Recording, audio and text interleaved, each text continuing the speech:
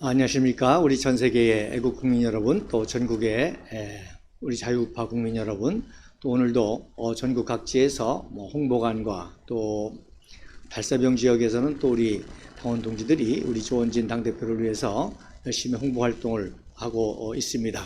이렇게 전국 각지에서 수고하는 우리 당원 동지들을 또한 존경하고 사랑합니다. 특별히 이제 날씨가 좀 이번 주간은 많이 풀렸죠.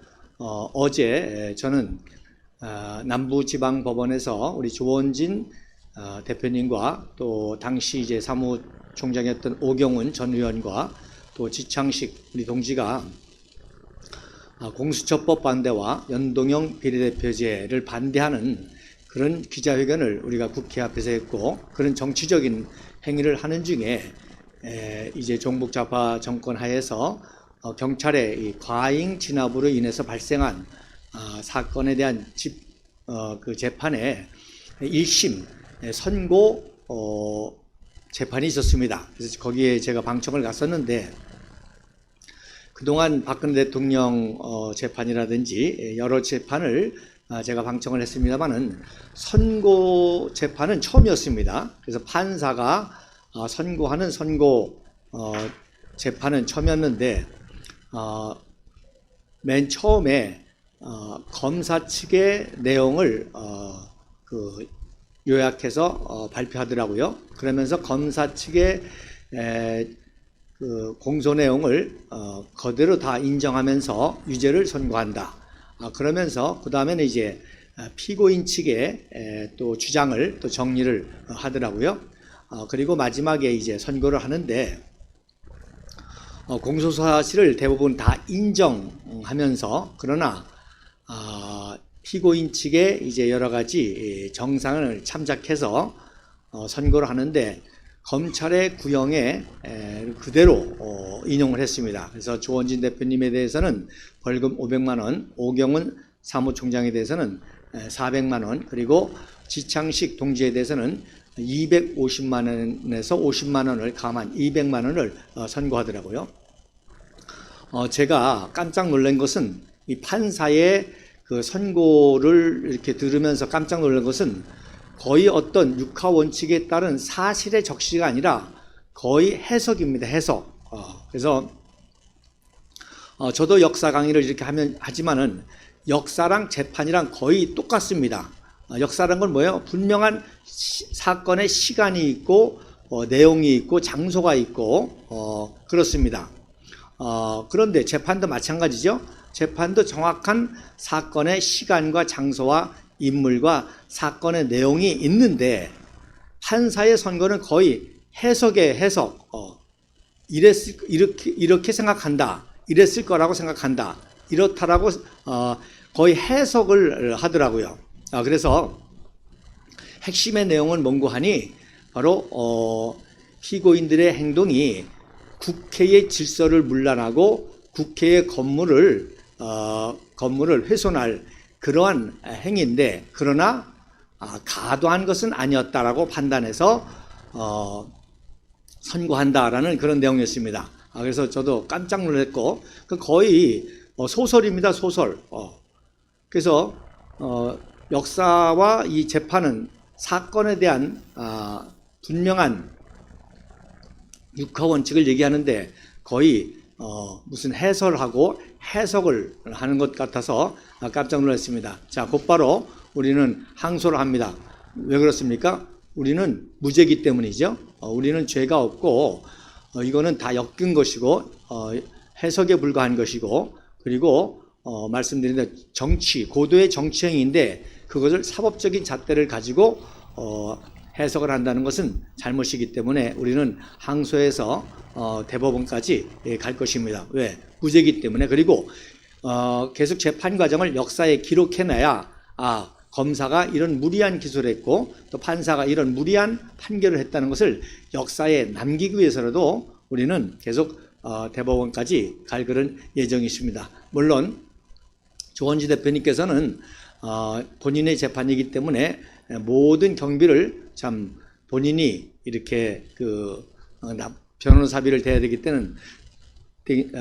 때문에 이런 경제적인 부담이 있는 것이 참 안타깝고, 우리는 또 정치 자금법상 도와줄 수 없는 그런 안타까움이 있습니다. 그러나 우리는 반드시 이런 모든 역사를 재판 기록을 역사로 기록해서 반드시 또 법적인 심판을 역사적인 심판과 함께 사법적인 올바른 심판을 하게 될 날이 오게 되리라고 믿습니다. 그래서 우리 당원 동지들이 많이 참 분노하셨겠지만 어쨌든 현재 정권이 바뀌었습니다마는 사법부의 현실을 그대로 볼 수가 있습니다. 그래서 정치적인 기소를 한 검사와 판사가 거의 일치된 그런 모습을 볼 수가 있고, 일단 이제 2심 재판부는 어떻게 될지 우리가 또 지켜봐야 될 것입니다.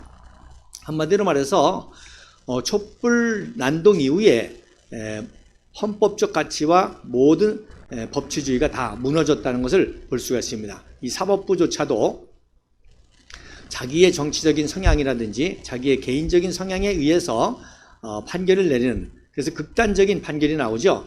무죄도 나오기도 하고 유죄가 나오기도 하고, 조원진 대표님의 말씀을 듣기로는 그 선진화법 때 그때 이제 어떤 사건이 있었는가 하니 종북 좌파가 국회에 옥상에서 밧줄을 타고 내려와서 국회에 진입하려고 하는 그런 사건이 있었다고 합니다. 근데 그때 그 사건도 정치적인 행위이기 때문에 무죄를 선고했다는 것입니다. 하물며 그런 정북 좌파 단체들의 행위도 그렇게 무죄를 내렸는데, 이거는 현직 국회의원이 그리고 정당이 정당한 그런 정치 행위를 했는데도 불구하고 경찰이 과잉 진압을 하고 그걸 기소해서 이렇게 정치적인 판결을 내렸다는 것은 반드시 역사의 심판과 올바른 사법적 판단이 내려질 그런 날이 오리라고 믿습니다. 그래서 우리는 실망하지 않고 계속 정의와 진실의 투쟁을 해 나갈 것입니다.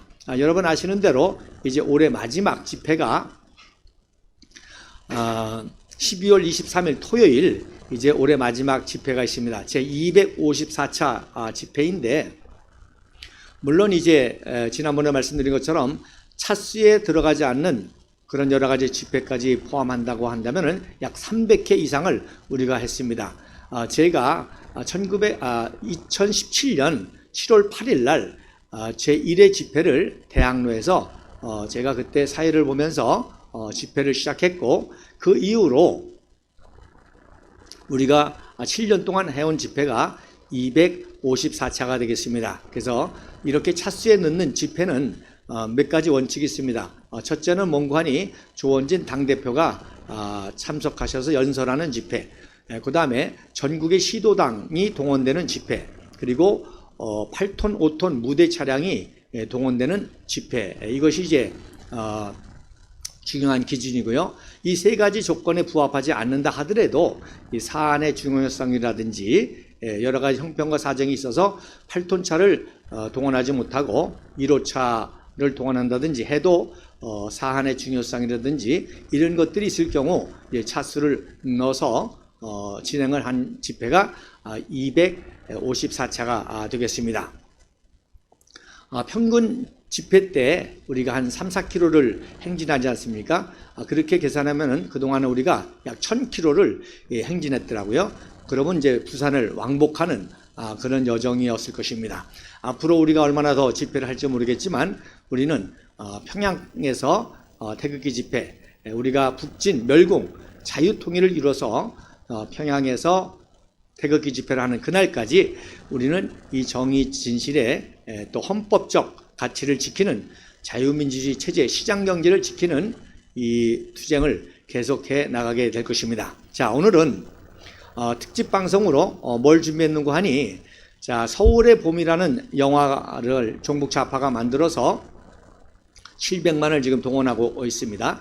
1979년도 10월 12일 날 일명 12.12 사건이죠. 그 12.12 사건을 영화했는데 거의 역시 소설식으로 창작식으로 역사를 영화해가지고 특별히 전두환 대통령을 뭐 이름은 정두광이라고 하고 이렇게 여러 가지 명칭을 변경했습니다만은 그 사건을 모티브해서 거의 전두환 대통령을 악마로 만드는 그러한 영화라는 것을 다 알 것입니다. 그래서 사실 12.12 사태와 서울의 봄하고는 전혀 관계가 없는데도 이제 제목을 그렇게 서울의 봄이라고 10월 10일 한창 추울 때 일어난 사건이잖아요. 근데 서울의 봄이라고 이렇게 엮었습니다. 자, 이게 왜 그런고 하니 여러분 너무나 탄핵하고 유사하죠. 자, 탄핵 선고가 12월 9일 날 있었습니다. 탄핵 소추안이 국회에서 불법적으로 탄핵 소추를 가결한 날이 12월 9일입니다. 근데 놀라운 것은 그때 종북 좌파가 촛불 시위를 하면서 무슨 구호가 나왔습니까? 네, 벚꽃대선이라는 구호가 나왔습니다. 이게 굉장히 중요한데, 자, 탄핵은 종북 좌파와 보수당, 그 당시 위장 보수 우파의 그 탄핵파들이 야합을 해가지고 탄핵을 통해서 내각제로 개헌을 해가지고 내각제로 이 국회의원들이 정권을 나눠 먹으려고 하는 그런 계획으로 탄핵을 한 것입니다. 그런데 탄핵이 일사천리로 진행이 되면서 또 촛불을 모든 언론들이 다 이렇게 선전선동함으로 말미암아 종북 좌파가 가만히 보니까 야, 우리 이 촛불이 센데 우리가 왜 보수 반역 세력하고 내각제로 해서 권력을 나눠 먹느냐, 그대로 대선을 치러가지고 정권을 찬탈하자 해서 12월 9일부터 벚꽃 대선이란 말이 나온 것입니다. 똑같죠? 바로 12.12 사태는 12.12 사건은 박정희 대통령 각하의 이 시해 사건을 조사하는 그런 과정이었습니다. 그런데 이 종북 좌파는 바로 박정희 대통령의 시해로 인해서 권력의 공백이 생겼지 않습니까? 그러니까 다시 당연히 대통령을 다시 뽑아야 되는 거 아니면? 그러니까 이 권력을 차지하기 위해서 서울의 봄이라고 하는 그러한 단어를 만들어내는 것이죠. 그래서 박정희 대통령의 유고로 생긴 그런 그 대통령직을 종북 좌파들은 이제 민주화라고 하는 그런 명목으로 그 다음에 선거를 치러가지고 정권을 차지하려고 하는 그런 욕심으로, 그런 탐욕으로 서울의 봄이라고 하는 정치적인 용어가 만들어진 것입니다. 그래서 12월 9일 날 2017년 12월 9일 날 탄핵 소추안이 가결될 때 벚꽃 대선을 주장했던 것처럼 12.12 사태를 통해서 12.12 사건을 통해서 이 권력의 공백이 생기자 바로 서울의 봄이라고 하는 그런 용어로 정권을 차지하려고 하는 그러한 움직임이 바로 이런 정치적인 용어로 나타났다고 하는 것입니다. 자, 그래서 이 1979년 12월 12일은 정말로 우리 역사에 있어서 아주 중요한 사건 중에 하나입니다. 그래서 1945년 8.15 광복 이후에 대한민국의 현대사가 시작이 되는데 놀라운 것은 12.12가 들어간 놀라운 사건이 5가지가 있습니다. 그래서 그 5가지를 이 시간 해석을 하면서 정치삼국지의 정치특강으로 말씀을 드리려고 합니다. 자, 그러면 첫 번째 사진 한번 보시죠. 첫 번째 사진에 자, 최초의 12.12 사건이 있었는데 굉장히 위대한 사건이었습니다. 자, 1948년도 12월 12일 바로 제4차 파리 유엔 총회에서 대한민국 인준을 놓고 유엔 총회에서 인류 역사상 최초로 대한민국의 건국을 인준할 거냐 말 거냐라고 하는 총회에서 투표를 해가지고 찬성 48표, 반대 6표, 기권 1표, 그리고 불참 3개국 해서 거의 모든 자유우방국가의 인준을 받은 사건이 바로 1948년 10월 12일 12.12 사건인 것입니다. 역사상 유일무이한 사건이었습니다. 그래서 유엔의 헌장과 이념에 따라서 대한민국의 재헌의회를 선거를 하지 않았습니까? 그리고 8월 15일 날 이제 건국이 됐어요. 그리고 이제 12월 12일 날 유엔 총회에서 인준을 받은 정말로 이거는 인류 역사상 위대한 사건입니다. 대한민국 정도가 아니라 인류 역사에 있어서 유엔의 헌장과 이념에 따라서 그 유엔의 한국 위원단을 조직해가지고 재헌의회 선거를 하고 그리고 정부를 수립하고 그리고 유엔에서 투표를 통해서 정식으로 인준을 받는 그런 아주 위대한 사건이었죠.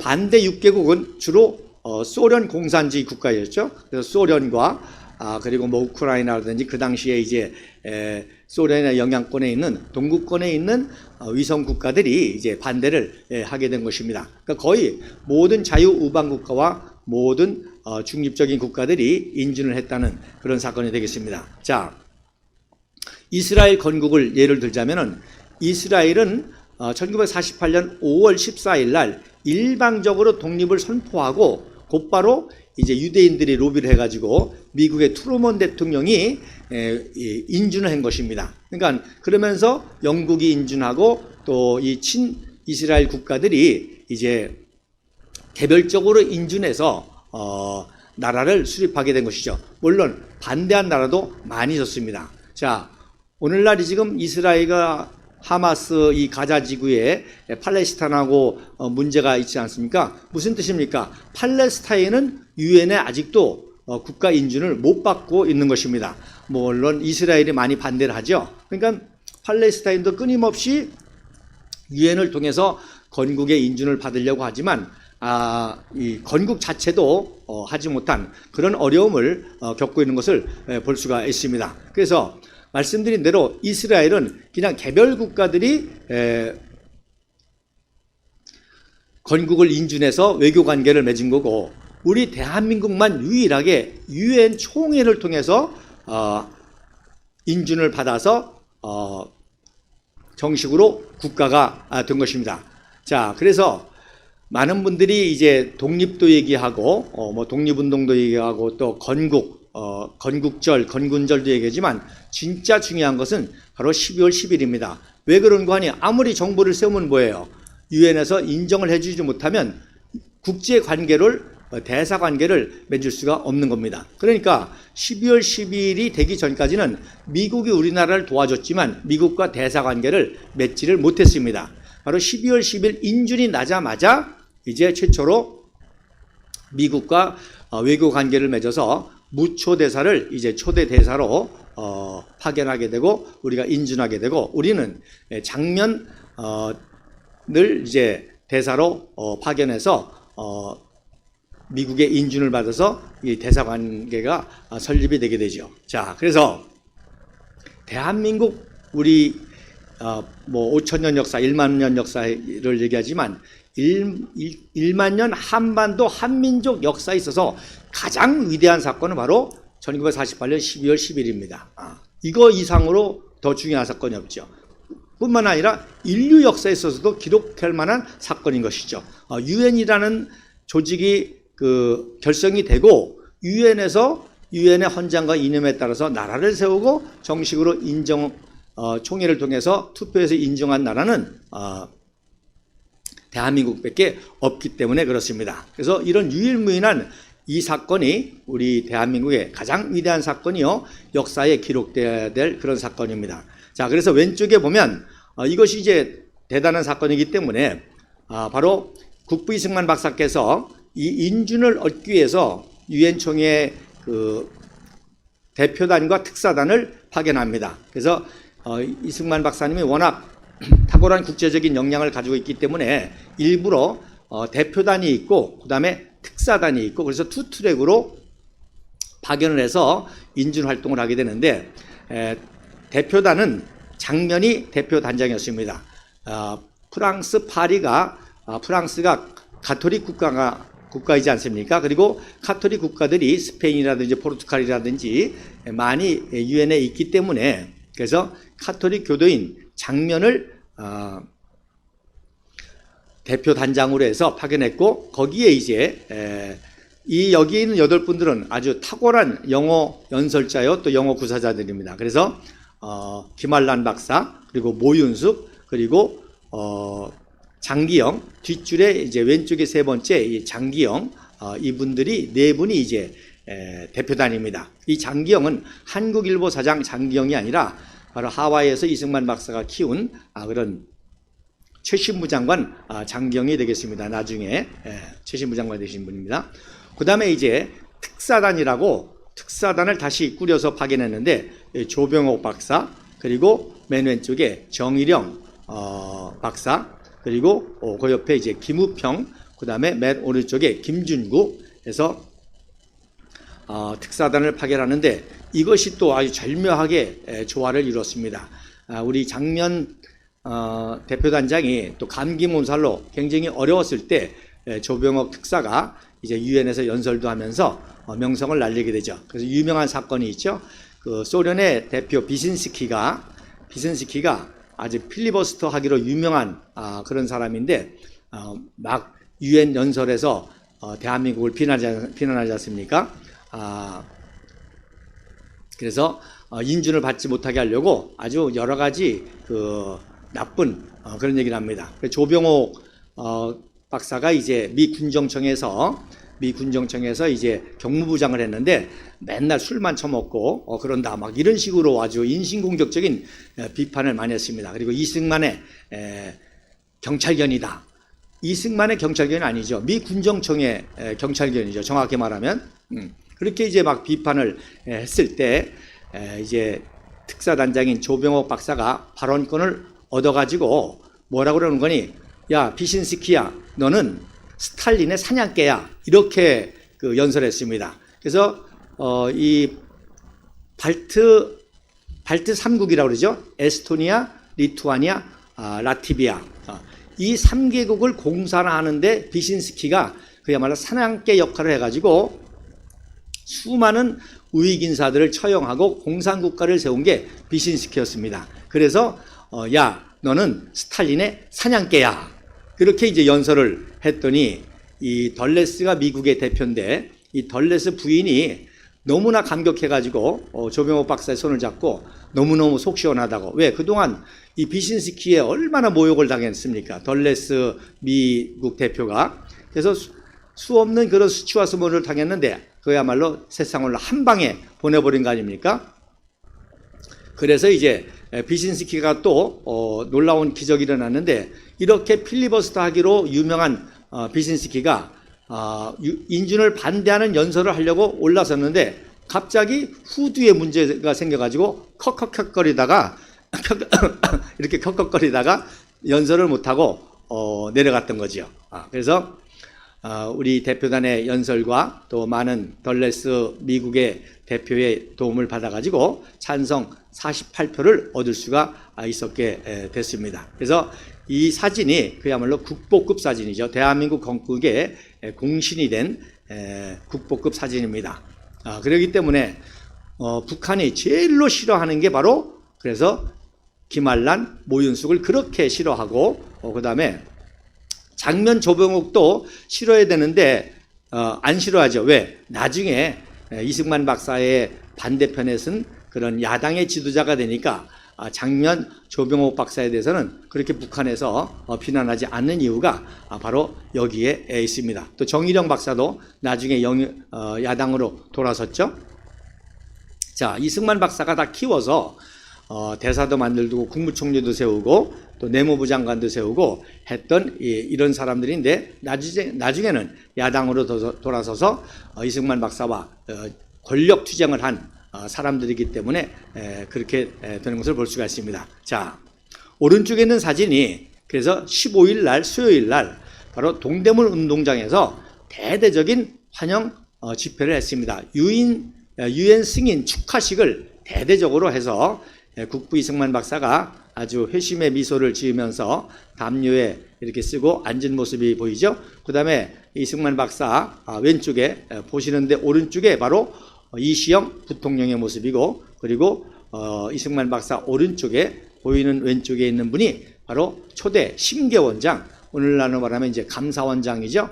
청렴결백하게 이 공직자들을 행정부를 감시하는 이 감사원장 명재세 어른이 되겠습니다. 안타깝게도 6.25 기신남심 때 납북돼 가지고 참 고난을 받다가 소천하신 그런 비극의 역사를 가지고 있습니다. 자, 그래서 1948년 12.12 위대한 첫 번째 사건이 되겠습니다. 자, 그 다음에 두 번째로 그 다음 사진에 보시면, 자, 말씀드린 대로 이렇게 건국을 했는데 2년 만에 6.25 기습 남침이 있었습니다.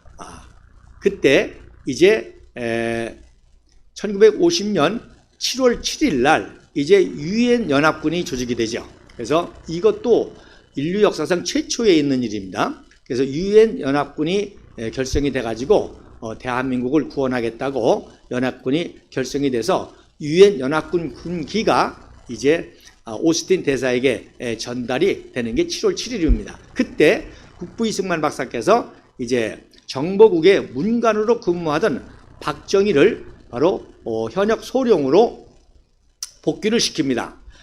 복귀를 시켜서 정보국에서 활동을 하면서 그 유명한 낙동강 전선에서 바로 탁월한 정보 파악을 해가지고 낙동강 방어 작전에 결정적인 공을 세운 게 박정희 소령입니다.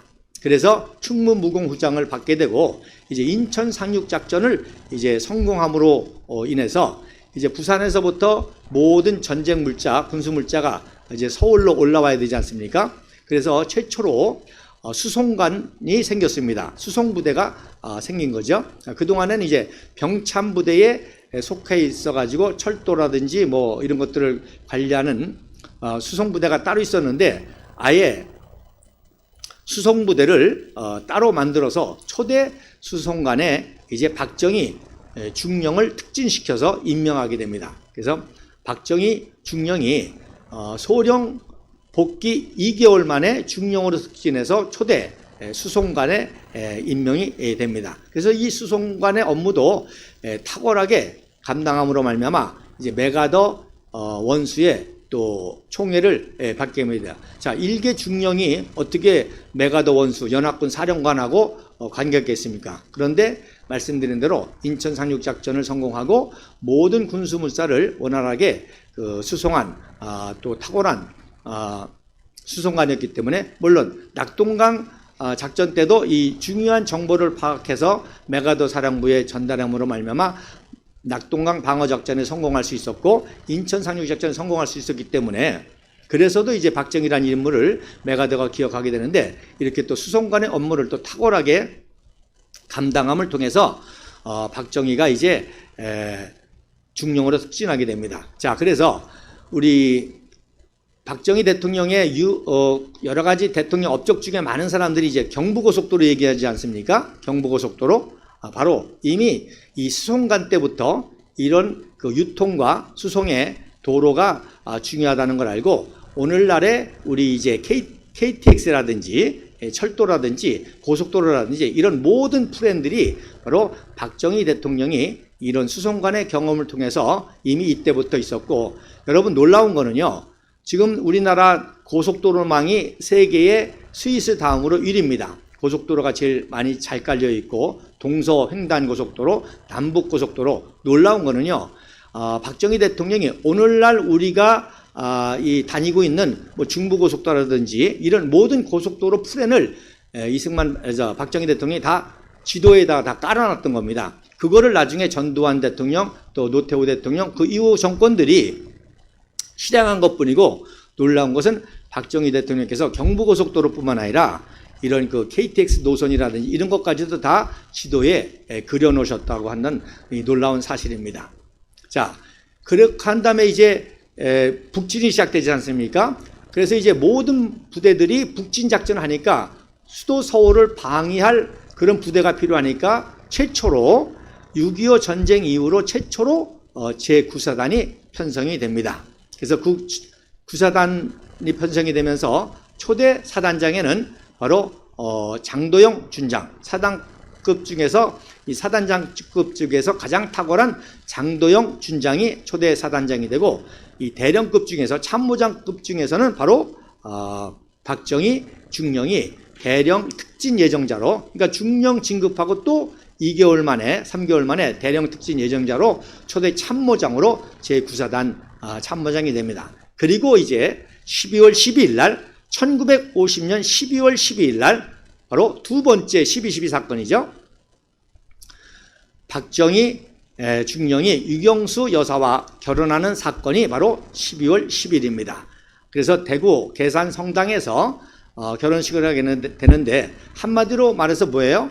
이제 군인 천재, 동양의 나폴레옹이라고 하는 군인 천재 박정희 대령이 이렇게 떠오르는 그런 청년 장교로 이제 유경수 영부인과 결혼을 통해서 안정적인 가정을 꾸리면서 이 결혼을 통해서 박정희라고 하는 인물이 그야말로 부활하게 되는 아시아의 나폴레옹, 군인 천재로서 부활하는 결정적인 사건이 이 10월 10일 결혼식 사건이라고 볼 수가 있습니다.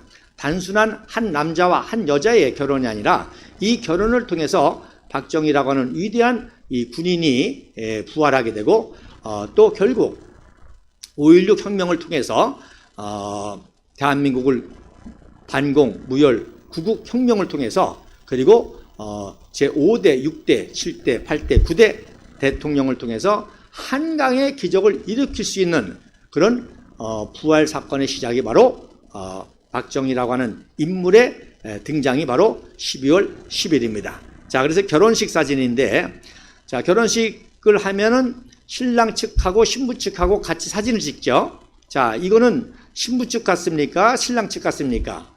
예, 맞습니다. 사람들이 많이 모였죠. 그리고 군인들이 많이 보이죠. 예, 신랑 측 사진입니다. 신부 측은 전쟁 중이었기 때문에 신부 측 하객은 많지 않았습니다. 그리고 맨 앞에 왼쪽에 두 번째 청년 장교가 보이죠. 요 장교가 바로 박정희와 유경수를 중매한 송재천 중위로 보여집니다. 그래서 정보국에서 같이 근무했고 대구사범학교 후배인데 교사를 하다가 늦게 이제 정보장교, 통역장교 이런 것으로 정보국에 있으면서 박정희 중령을 소령을 알게 됐고 또 옥천이 고향이고 또 유경수 여사와는 또 사촌 오빠 정도 되는 분입니다. 그래서 교사 출신인 유경수를 소개해서 결혼을 시킨 중매한 분이 바로 송재천 중위의 모습이 되겠습니다. 그리고 이제 뒤에 이제 그 유명한 김재춘도 뒤에 이제 보입니다. 자, 그리고 오른쪽이 이제 신랑 신부의 결혼식 사진이죠. 자, 그다음 세 번째 12.12는 언제냐? 자, 세 번째 사진을 보도록 하겠습니다.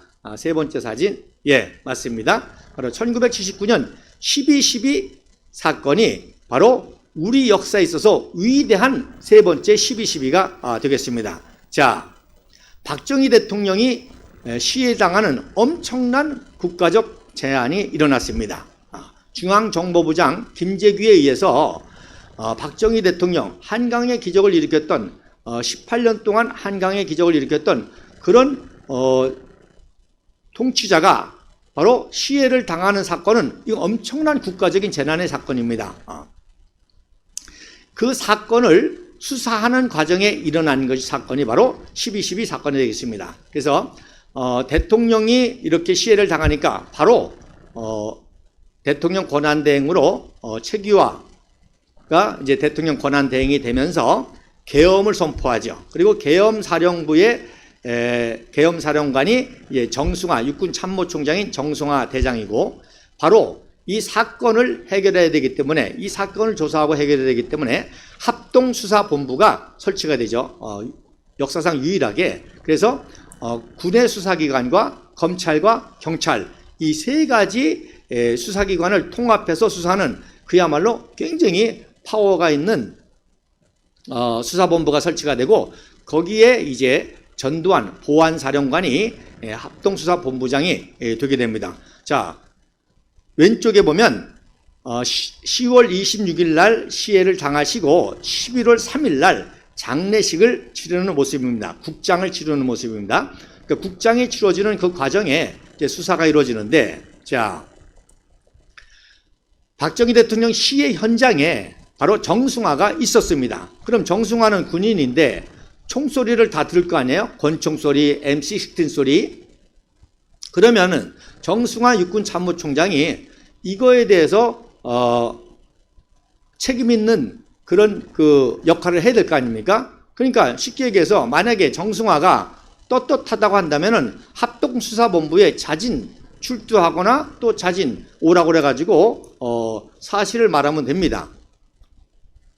그런데 여러 가지 지금 수사 과정에 보니까 현장에 있었다는 사실 하나만 가지고도 조사를 해야 되는데 바로 정승화가 그렇게 조사를 들어오려고 하니까 오히려 전두환을 동해사령관으로 전보시켜서 자기에게 유리한 수사관을 본부장을 임명하려고 하니까 이거 뭐 그야말로 내란에 준하는 사건 아닙니까?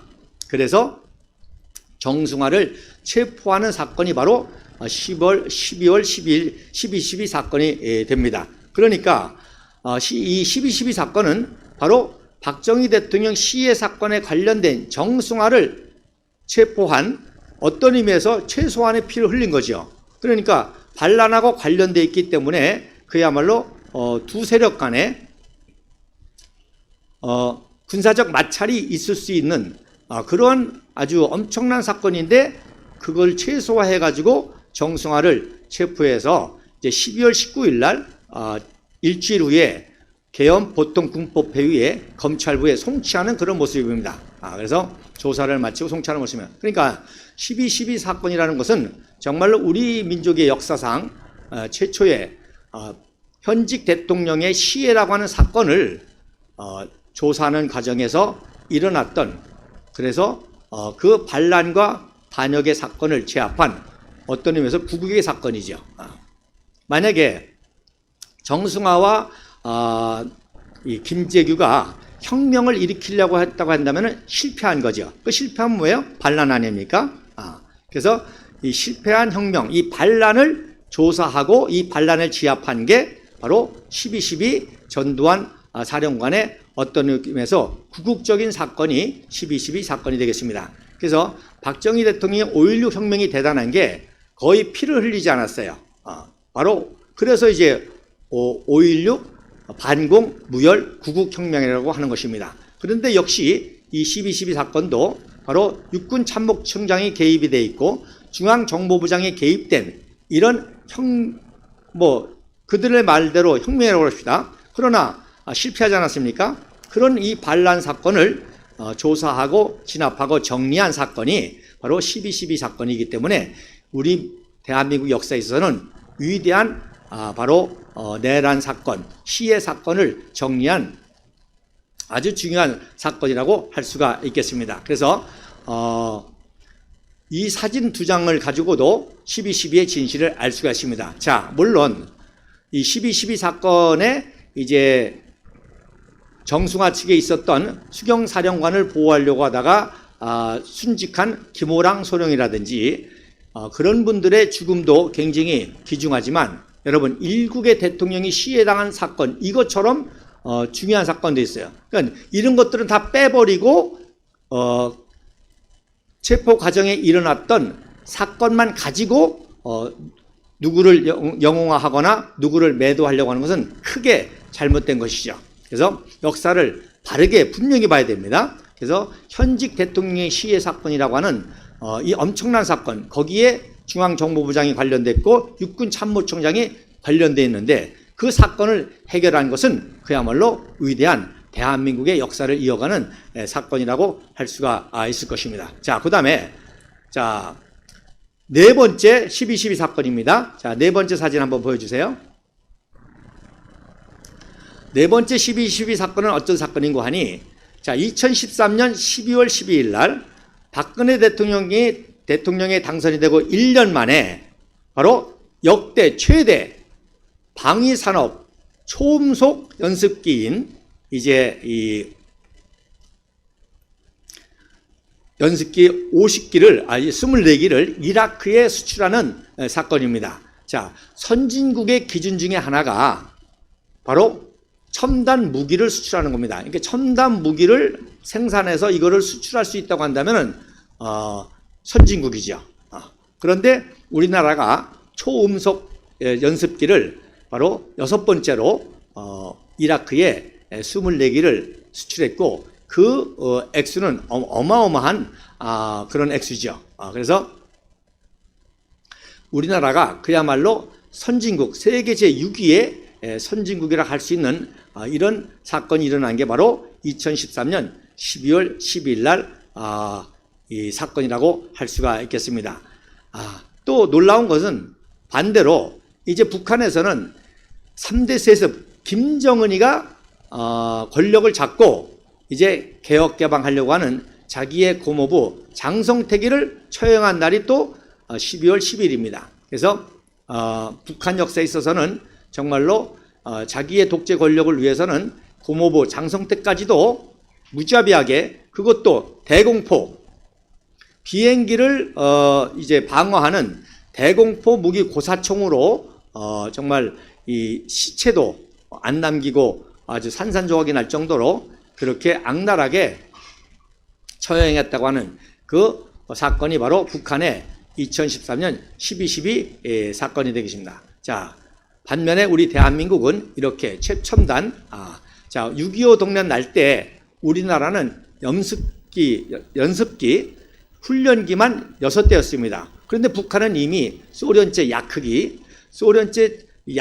가지고 공격하지 않았습니까? 그랬는데 이제는 완전한 역전이 이루어서 우리는 자체적으로 초음속 연습기를 만들고 이번에 이제 KF도 만들었지 않습니까? 그래서 이제 전투기까지도 만들어서 수출하는 그런 최선진국이 됐는데 북한은 이제 의식주도 해결하지 못하는 이 겨울철에 온수도 사용하지 못하고 압록강물을 떠서 사용하는 상수도 시설, 하수도 시설도 제대로 되어 있지 못하고 또 식수와 이런 생수도 제대로 없는 그런 최악의 감옥국가, 또 거지국가, 불행한 나라가 됐는데 그 공산 독자 체제를 위해서 고모부 장성택까지도 무참하게 살해하는 그런 반인륜 집단으로 국제형사 ICC에 제소해야 될 그런 공산 독재의 증거라는 것을 12월 12일 날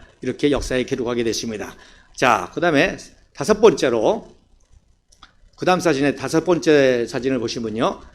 엊그저께 있었던 사진이죠. 자, 우리가 이 거짓 촛불 사기 탄핵을 위해서 7년 동안 투쟁해 왔습니다. 그러면서 우리가 탄핵파에 대한 역사적인 심판, 정치적인 심판 그렇게 외쳤는데 바로 12월 10일 날 드디어 탄핵파의 한 사람인 이 장제원이가 불출마를 선언하고 정계를 은퇴하는 그런 일이 있었습니다. 우리는 그 전주에 바로 12월 9일 날 태극기 집회를 하면서 조원진 대표님께서 연설하지 않았습니까?